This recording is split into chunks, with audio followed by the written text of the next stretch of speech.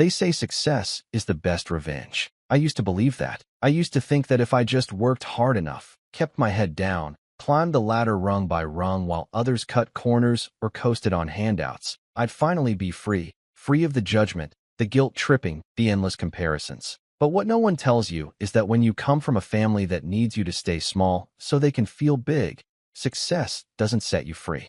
It paints a target on your back. My name's Nathan. I'm 27 years old, a software engineer working for one of the biggest names in tech. The kind of place that makes your LinkedIn blow up just for adding the company logo. I live in a sleek downtown penthouse with floor-to-ceiling windows, a skyline view, and a coffee machine that costs more than the car I drove in college. On paper, I've made it. But behind the scenes, there's a whole different story brewing, the kind you wouldn't believe unless you lived through it. And unfortunately, I did. I didn't grow up in luxury. I wasn't handed anything. My parents weren't cruel, exactly, just conditional. Everything was a transaction. Love, attention, pride. You had to earn it.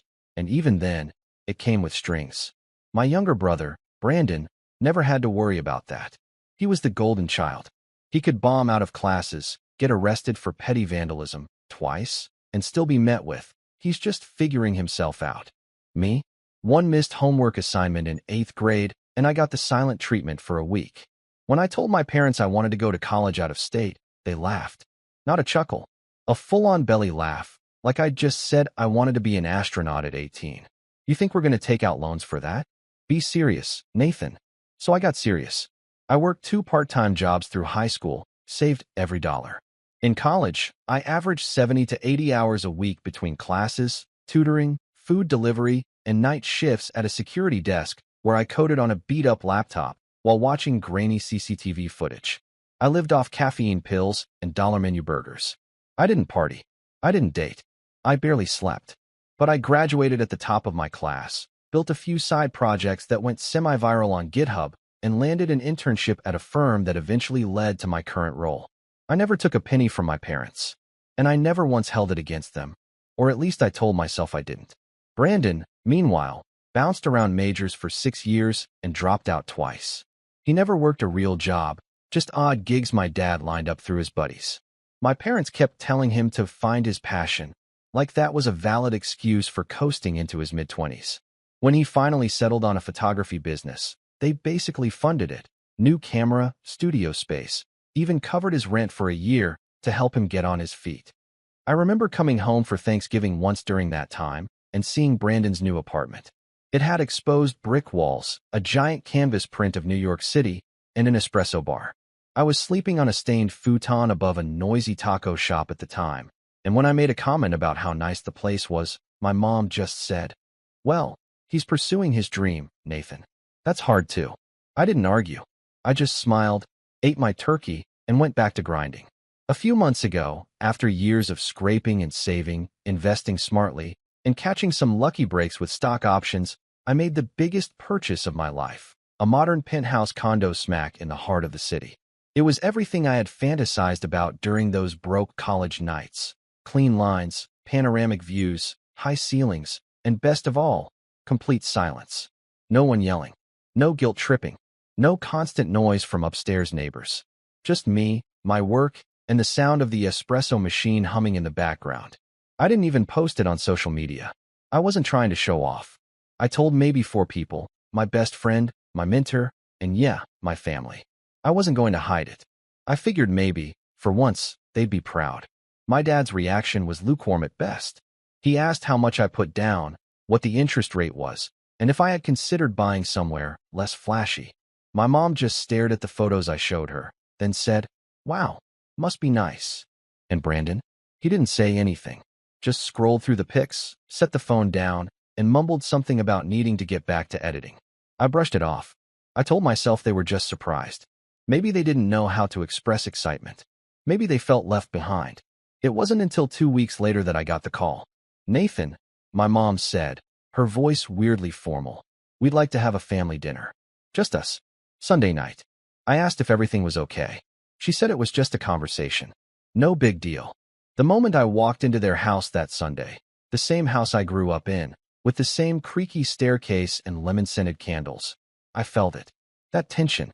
like I was being summoned, not invited. My parents were already seated at the dining table, both looking unusually serious. Brandon was leaning against the kitchen counter, arms crossed, jaw tight. "We wanted to talk," my dad began, "because there's been some hurt feelings lately." My stomach dropped. My mom folded her hands like she was leading a therapy session. "Nathan, we're happy for you. Really. But we've noticed your brother's been feeling inadequate. Like he can't measure up." Brandon didn't look at me. He stared at the floor. "And," she continued, "we think it might help if you scaled things back a little. At least for now." I blinked. "What does that mean?" My dad cleared his throat. "Well, this penthouse situation. It's a bit much, don't you think? You're only 27. You could get a nice apartment, live reasonably, save more. No need to be flashy. You think I should sell my home?" I asked, making sure I heard him right. "We're not saying that directly," my mom rushed in. "Just consider how it looks. How it makes Brandon feel. He's trying, you know. He's had some rough luck. And then you come in with this palace." Brandon finally spoke, his voice low. "It just feels like you're rubbing it in, man." I stared at them, my heart pounding.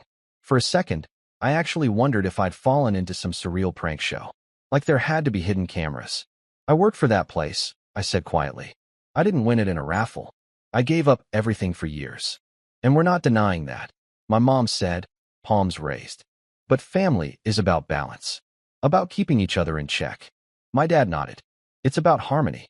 And right now, the dynamic is off." Something cracked in me then. Not loudly, not all at once, just a small, internal snap. Like a wire that had been pulled too tight for too long. I stood up, calmly, and said, "Thanks for the dinner. I've got work in the morning." I didn't yell. I didn't curse. I didn't argue.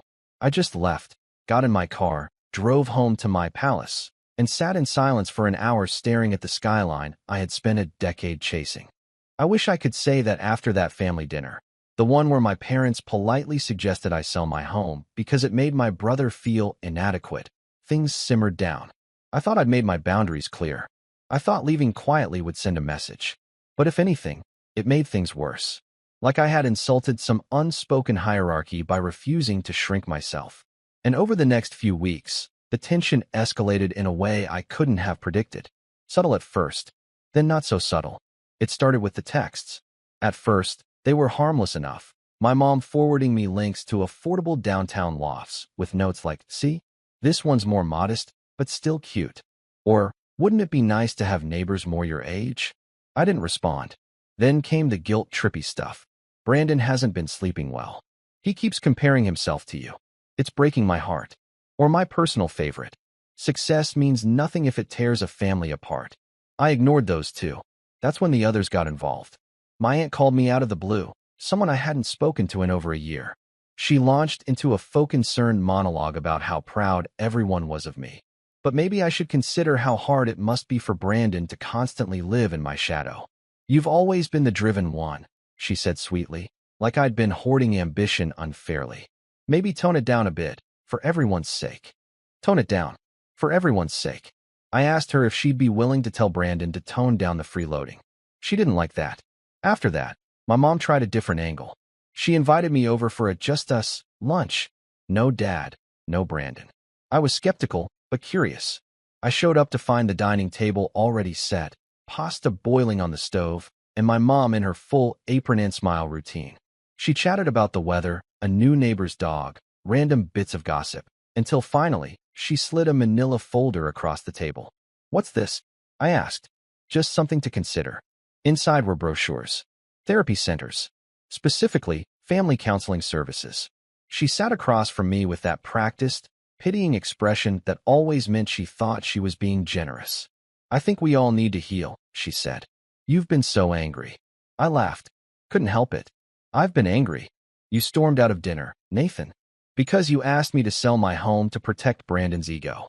Because we were trying to help you see the bigger picture." That lunch ended with me leaving mid-bite. After that, the gloves came off. Brandon started showing up to my place uninvited. He'd text me 5 minutes before, or not at all. The first time, he buzzed my unit claiming he was downtown for a shoot and needed to use my place to charge his equipment. I said no. He buzzed again. And again. I ignored him. 20 minutes later, I checked the building camera from my phone. He was still there, pacing in the lobby, visibly irritated. Next day, I got a furious message from my dad. Family means being there for each other, not slamming doors in people's faces. I replied, family also means boundaries. No response. Week after that, Brandon came by again, this time with coffee and donuts like it was some casual drop-in. I met him in the lobby before he could come up. Thought I'd bring breakfast, he said, holding up the bag. I'm working. You're always working. Because that's how I got here. He stared at me, then dropped the bag on the front desk and walked off. Didn't say another word. I didn't eat the donuts. I didn't hear from him for a while after that. Just radio silence from the whole family. I'd be lying if I said it didn't mess with me. I tried to focus on work, long hours, side projects, running teams, but the quiet got loud sometimes. That little voice that whispers, maybe you really are the problem. Maybe you could have handled it differently. Then came the betrayal. It happened on a Saturday morning. I was still in bed, scrolling emails, when I got a ping from my building manager. Hi Nathan, just a quick note. Your brother dropped off the photography prints for the lobby exhibit. We'll be installing them later today. I stared at the message, completely confused. My building often rotated local artwork in the lobby, photos, sculptures, paintings. I'd even recommended a few friends from art school days. But I hadn't submitted anyone recently, and I definitely hadn't signed Brandon up. I replied, sorry, what prints? Manager, Brandon said you cleared it. Said you wanted to support his work and thought the lobby would be perfect. He had access to the elevator already. Seemed legit. I jumped out of bed, threw on sweats, and bolted downstairs. And there they were. 4 massive photography canvases leaned against the lobby wall, ready to be mounted. Stylized black and white portraits, moody, dramatic, very on-brand for Brandon. But what caught me off guard were the captions. In bold, elegant font under each image. Success isn't always earned. Privilege in disguise. Some people climb on the backs of others. Not all penthouses are homes. I froze. My hands started to shake. A few residents were milling around, glancing at the prints, murmuring things I couldn't quite hear. One of them, an older woman from the 14th floor, actually smiled at me. These are powerful, she said. Very raw. Who's the artist? I didn't answer. I couldn't. I went straight to the manager's office and demanded they be removed. He looked bewildered but complied. Brandon didn't respond to my calls. Not that day, not the next. Finally, I drove out to my parents' house. Knocked on the door, heart pounding. My mom opened it like she'd been expecting me. We didn't mean to upset you, she said, before I could speak. You knew? She didn't answer.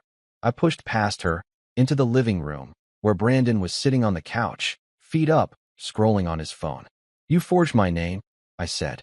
You accessed my building under false pretenses. It was art, he replied flatly. No, it was a hit job. He finally looked up. His face was stone cold.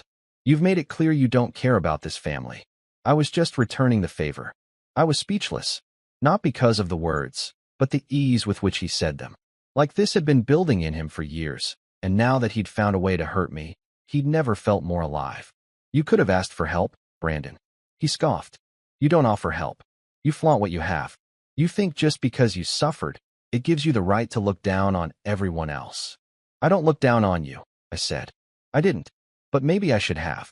That was the last thing I said before I walked out. I didn't slam the door. I didn't yell. But something had shifted in me that day, something permanent. I wasn't angry anymore. I wasn't sad. I was done. Or at least I thought I was. Because 2 days later, I got a letter. A real letter. Handwritten. From my dad. And what was inside made everything before it look like a warm-up act. If you want to hear what was in that letter, I'll tell you. But brace yourself. It changes everything.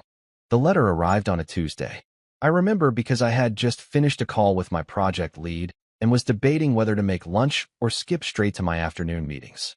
I wasn't expecting anything. I rarely got physical mail outside of utility bills or the occasional real estate flyer. But this one stood out. Cream-colored envelope. Heavyweight paper. My name handwritten in my dad's distinct, square lettering.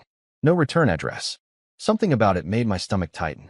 I sat on the edge of the kitchen counter, opened the envelope with a butter knife, and unfolded the 2-page letter inside. The handwriting was familiar, steady, but each word felt like a gut punch. Not because it was cruel. I almost wish it had been, but because it was deliberate, cold, calculated. like he had rehearsed every sentence in his head before putting it down, knowing exactly how it would land. He began with something that looked like empathy. "Nathan, I've always admired your discipline. Your ability to shut out distractions and chase your goals. That's not easy. And I'm proud of you, we both are. But there's something more important than achievement. Balance. Family." Then he pivoted. "I've been speaking with your brother. He's going through a hard time. Your recent choices have made things worse. Whether intentional or not, you've created distance between yourself and this family. Your tone, your attitude, your lifestyle, they send a message. One that says, 'I'm better.' That message has hurt your brother deeply, and it's forced your mother and me to reevaluate how we move forward as a family." That's when he dropped the bomb. "As of this week, we've decided to temporarily restructure the family trust." The trust. I didn't even know there was a family trust.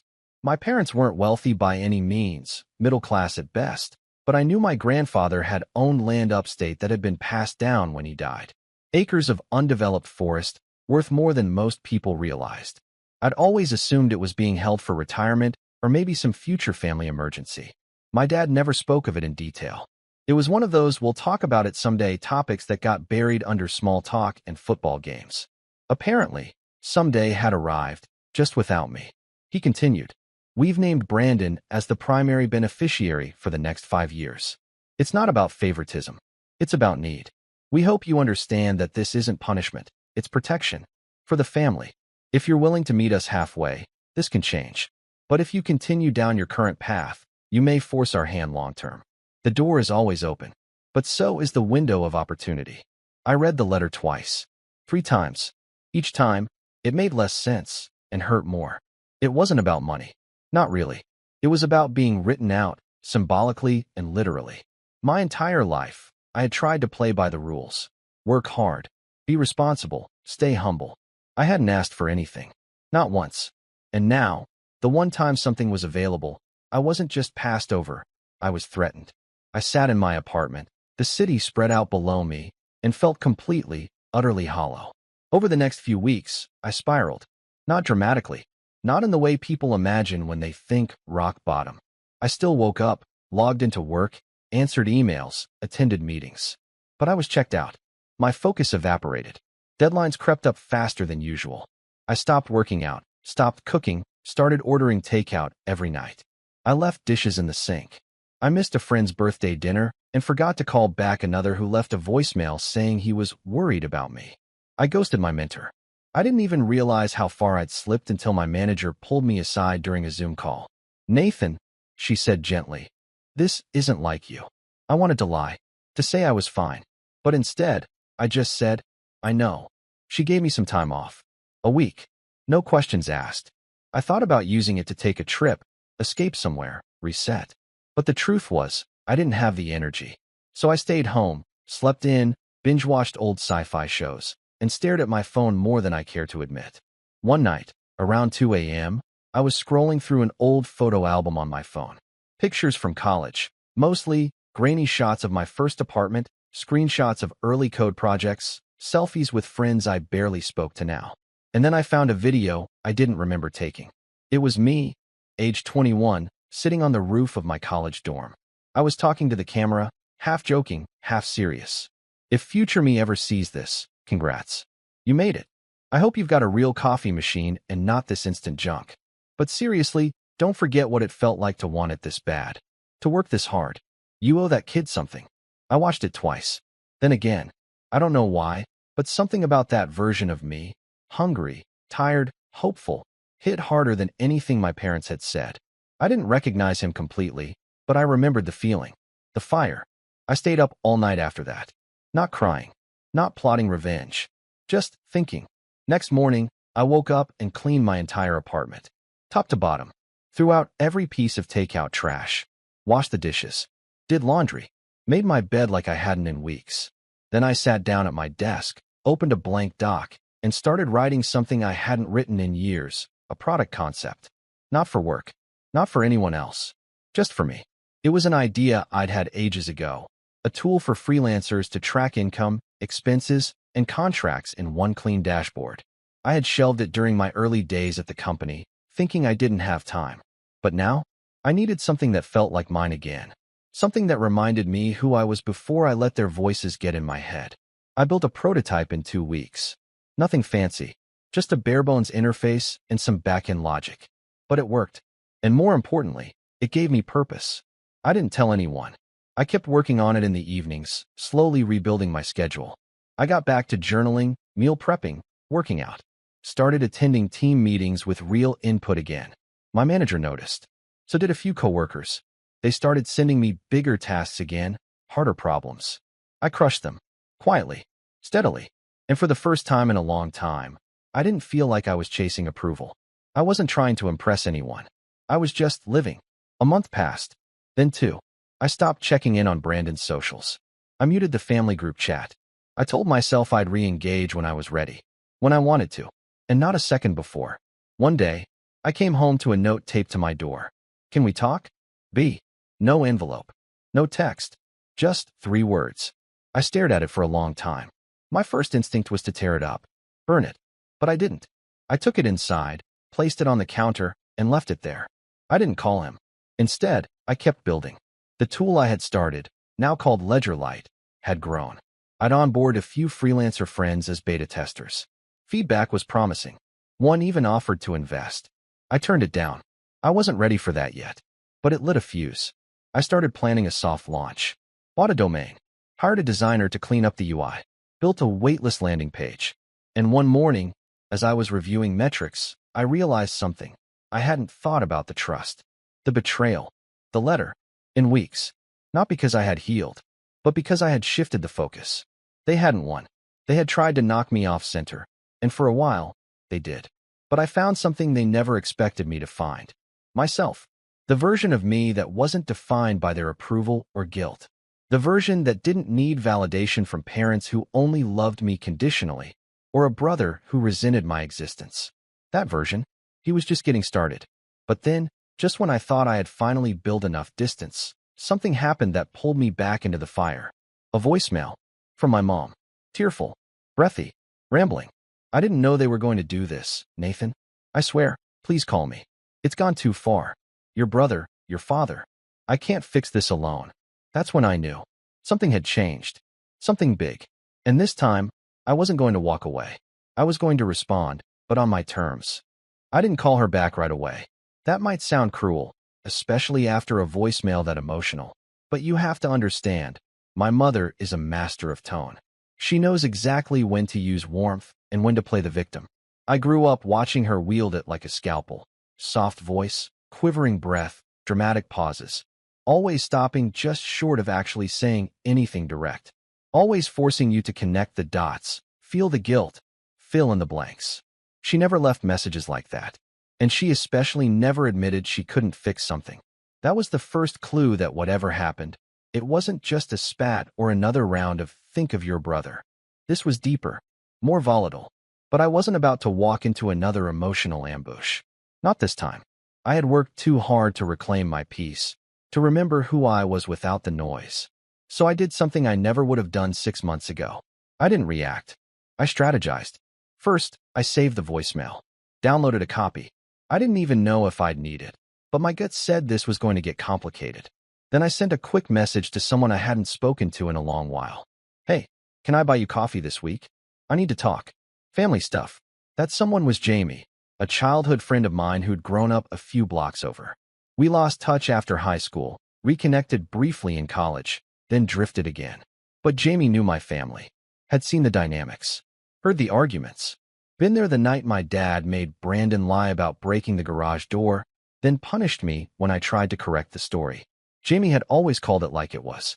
2 days later, we met at this little cafe off 6th Street. Low lighting, good pastries, quiet jazz in the background. I didn't even sit down before she gave me a look and said, "Okay, what happened now?" I told her everything. From the penthouse guilt tripping to the fake art exhibit, the trust betrayal, the fallout, and finally, the voicemail. She listened the whole way through without interrupting. Sipped her coffee, eyes sharp. At one point, she muttered, "Unreal," under her breath. When I finally finished, she leaned forward and said, "They're bleeding you, Nate. Just emotionally instead of financially." I know. No, I don't think you do. This isn't about the money or the apartment. It's about control. You're the only one who ever broke out of their little orbit, and now they're trying to drag you back. I stared down at my cup. So what do I do? Her lips curved into something between a smirk and a challenge. You stop defending and start playing offense. I blinked. What does that even look like? Jamie tapped her finger on the table. You said there's a trust. You were written out. Brandon was made sole beneficiary temporarily. For 5 years. Does it have to be 5 years? I frowned. My dad made it sound like the decision was final. Jamie raised an eyebrow. Doesn't mean it's legal. That's when the first piece of the plan came into focus. I didn't know the specifics of the trust, when it was set up, how it was structured, what rights I had. But if there was a document, there were laws around how it could be changed. Especially if it was my grandfather's land. That made it generational. Possibly irrevocable. So I made another call. This time, to an attorney. Not just any attorney. A former mentor of mine who had transitioned from software law to estate litigation a few years back. I didn't have to tell him much. Just enough for him to agree to review any documents I could get. You're not filing anything yet, he warned. We're just gathering information. Be smart. Smart. That meant not storming into my parents' house demanding answers. It meant baiting them, gently. So I sent a message to my dad. Short. Calm. Almost passive. Hey, got mom's voicemail. Hope everything's okay. Want to catch up this weekend? Maybe clear the air. He replied in under 5 minutes. Glad to hear from you. Sunday afternoon work. Perfect. It felt too easy, which made me even more cautious. When I arrived that Sunday, my mom looked pale. Nervous. She opened the door and pulled me into a hug before I could stop her. Thank you for coming, she whispered. My dad was seated in the den, legs crossed, expression unreadable. Brandon wasn't there. That alone told me something was wrong. He was always at the center of these little dramas. We made small talk. Tea. Snacks. Weather. Then I asked, casually, so, what's going on? They exchanged a glance. My dad cleared his throat. Your brother's going through a rough patch. I waited. He took out a business loan last year, he continued, to expand the studio. Bought equipment, leased a second location. That was news to me. He fell behind on payments. Missed deadlines. Some legal stuff is happening now. What kind of legal stuff? My mom winced. He defaulted. The lender's threatening asset seizure. I sat back. And this affects me how? More glances. My dad finally said it. He used part of the trust as collateral. My stomach dropped. I blinked. He what? My mom stepped in. It wasn't the main land parcel, just a sliver. A few acres. He thought he could flip the profit quickly. Which part? I asked sharply. The East Ridge, my dad muttered. That was the most developable portion. The one with road access. I didn't even know he had access to do that, I said. He shouldn't have, my mom said quickly. But your father, we thought it would help him get stable. Let me guess, I said, leaning forward. The paperwork wasn't clean. Now the whole trust is being reviewed. Neither of them spoke. I stood up, walked to the window, took a breath. Then I turned. I want to see the documents. All of them. Original trust. Addendums. Transfers. My dad stiffened. That's private. Not if it affects my legal inheritance. Not if Brandon's actions are jeopardizing it. You can either let me review it with a lawyer, or I subpoena it. Your choice. It was the first time I'd ever seen my father truly angry. Not yelling, not slamming fists, but that low, simmering fury that came from someone used to holding power and suddenly realizing they didn't have it anymore. You've changed, he said coldly. No, I replied. I've just stopped apologizing. I left with no hug, no goodbye, no snacks wrapped in foil like old times. 3 days later, my lawyer had scanned copies of the trust and all its modifications. And sure enough, my name had been quietly removed through a document that, according to him, wouldn't hold up under scrutiny. The trust had been set up by my grandfather with a specific clause. No alterations can be made unless all named beneficiaries agree in writing. I never signed anything. My signature was nowhere to be found, which meant the 5-year restructure was not only illegitimate, it was grounds for a full reversal, possibly even legal action. Jamie was the first person I told. We met again at the cafe, and when I laid out the facts, her grin grew with every detail. So what now, she asked. I exhaled slowly. Now, I said, we stop playing defense. I gave them one more chance. Not out of mercy, but out of strategy. After reviewing the documents, my lawyer and I crafted a simple, polite letter addressed to both of my parents. It outlined, without emotion or judgment, the legal inconsistencies in the amended trust. It cited the original clause from my grandfather that prevented unilateral changes. It highlighted the absence of my signature. It closed with a clear, non-confrontational request. We respectfully ask for the immediate reversal of the unauthorized modifications, including the removal of Nathan Carter as a beneficiary. If not resolved by date, we will proceed through the appropriate legal channels. The deadline was 2 weeks out. I didn't hear anything for 13 days. No texts, no calls, no knocks on my door. Just silence, like the kind that settles in right before a storm. On the 14th day, I received an email. It was from my dad. No greeting, no apology, just a PDF. The trust has been amended and restored to its original form. Brandon's authority has been revoked. You're reinstated. Consider this matter closed. I showed the email to my lawyer. He smiled. It's done. You win. But that wasn't the revenge. That was just the warning shot. Because here's the thing. They thought the issue was over because the paperwork was fixed. What they didn't realize was how much damage they'd already done. Not to my finances, but to my name, my trust, my reputation. Remember the photography exhibit Brandon tried to install in my building lobby? The one where he snuck in my building and displayed slanderous captions like "privilege in disguise" and "not all penthouses are homes." Yeah, I hadn't forgotten either. And now that the legal threat had passed, I had the bandwidth and the motivation to make sure Brandon learned a lesson of his own. I started small. A DM to a gallery manager I knew through a mutual friend, someone Brandon had been trying to woo for months. I sent her the lobby photos Brandon had tried to install in my building, along with a short message. Thought you should see the kind of work he tries to push without consent. She replied 2 hours later. Thanks. That crosses a line. We won't be moving forward with him. Then I moved to his lease. Remember the second studio space he leased for expansion? Through some online research and a LinkedIn post he'd made months earlier, I figured out the building. I didn't contact the landlord directly. I didn't need to. I contacted a friend who worked for a commercial real estate firm in the area. I gave him Brandon's business name and asked if the owner had ever made late payments or tried to sublet. My friend laughed. Yeah, that guy's a mess. Hasn't paid for 2 months. Wants to renegotiate the lease, but won't return paperwork. I didn't say anything incriminating. I didn't push. But the conversation made its way back to the landlord. 2 weeks later, Brandon lost the space. Strike 2. Finally, I went after his real currency, his image. Brandon had built a modest social media following as a visionary creative, 12K followers on Instagram, a curated aesthetic, inspirational quotes, carefully filtered behind-the-scenes reels. I created a fake account, followed his page, and waited. Soon, he posted a new series called The Art of the Climb, with captions about overcoming adversity, building his business without handouts, and chasing success without compromising values. I screenshotted the post. Then I uploaded a side-by-side comparison.